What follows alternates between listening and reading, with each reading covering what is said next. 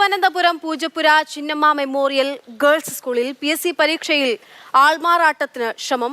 Hall ticket പരിശോധനയ്ക്കിടെ പരീക്ഷ എഴുതാനെത്തിയ ആൾ ഇറങ്ങിയോടി. രാവിലത്തെ university LGS പരീക്ഷയിലാണ് ആൾമാറാട്ട ശ്രമം നടന്നത്.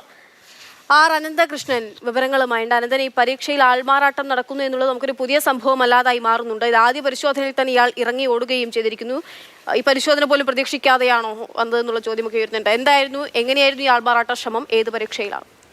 പക്ഷേ ആൾമാറാട്ടം പുതിയ സംഭവമൊന്നുമല്ല. ഇത് പതിവായതുകൊണ്ടായിരിക്കണം കേന്ദ്ര സർക്കാർ പുതിയൊരു നിയമം ആൾമാറാട്ടം അടക്കമുള്ള മത്സര പരീക്ഷകളുടെ ക്രമക്കേട് നിയന്ത്രിക്കാൻ വേണ്ടി കൊണ്ടുവരുന്നത്. ഇന്നലെ ലോക്സഭയിൽ ആ ബില്ല് അവതരിപ്പിക്കുകയും ചെയ്തു. 10 വർഷം വരെ കഠിന തടവും 1 കോടി രൂപ വരെ പിഴയും ഈടാക്കാവുന്ന കുറ്റം ചുമത്തിയൊക്കെയുള്ള ബില്ലാണത്.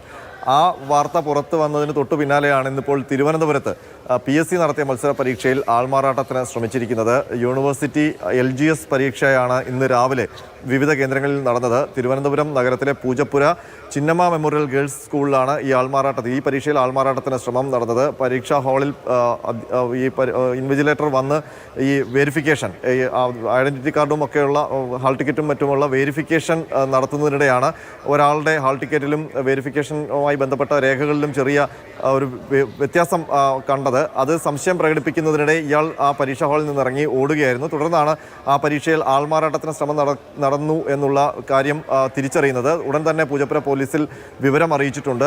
പൂജപ്പുര പോലീസ് അന്വേഷണം ആരംഭിച്ചു.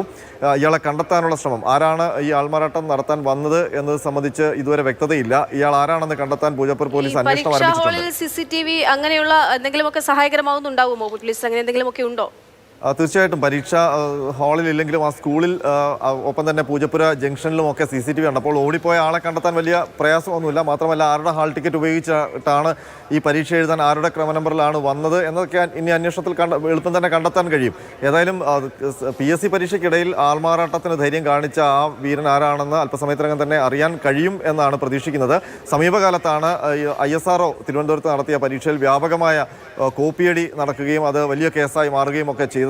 ഏതായാലും തിരുവനന്തപുരത്ത് PSC നടത്തിയ ഒരു മത്സര പരീക്ഷയിൽ ആൾമാറാട്ടത്തിന് ശ്രമം നടന്നിരിക്കുന്നു. ഇനി ആ ആൾമാറാട്ടത്തിന് ശ്രമിച്ചത് ആരാണ് എന്ന് കണ്ടെത്തേണ്ടിയിരിക്കുന്നു.